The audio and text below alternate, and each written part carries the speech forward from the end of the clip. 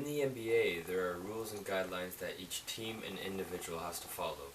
If these rules are broken, then it creates a situation and results with a consequence. A rule that is enforced in the NBA that has been broken many times throughout history is the use of drugs to enhance performance out on the ball court.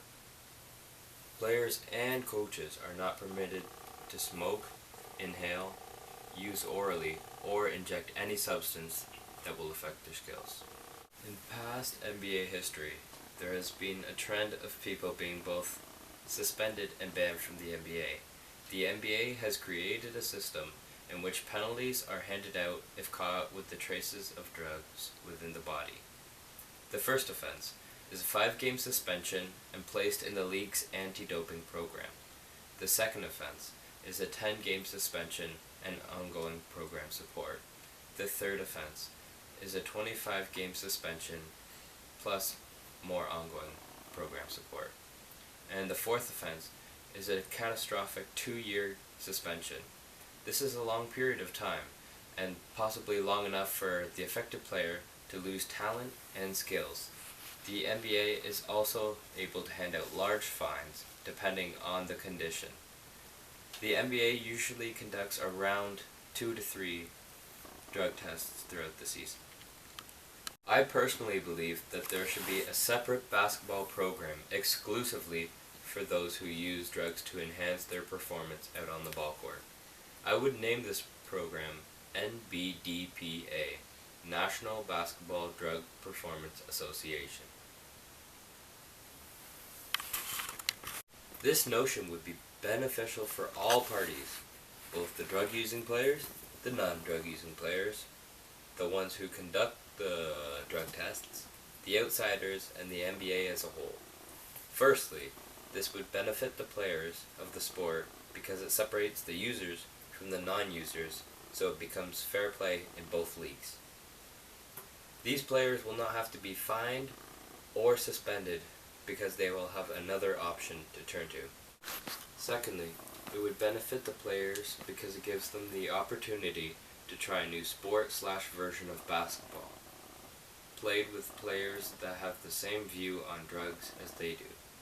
Thirdly, the fans at home would be able to see both sides of basketball, the side where drugs are a part of and the other side where they are not. It would also give them the chance to see them compete on the same skill level and ability. The viewers at home would also benefit by this because it's nothing like they've ever seen before, and it's more action-filled than regular basketball. This could be very beneficial for broadcasting stations and TV stations because there is a large interest in basketball today, and it will increase in big numbers and increase in profit. The NBA will have more assurance that it will be more safe and secure for the players. The NBA are so focused on the negative things and not about the positive. The NBA is too quick to judge. I believe the NBA program is unfair to the players that use the drugs to enhance their performance. Why do the players have to be punished and possibly fined just for the use of drugs? Maybe the players are using drugs to get up to the skill level as the other players. Maybe they use the drugs to create fair play and also give the other team a challenge or run for their money. Maybe the players turn to drugs to focus their mind to be able to play the game without distractions. Maybe they use the drugs because they have a mental and serious health issue and depend on the drugs to cope with it.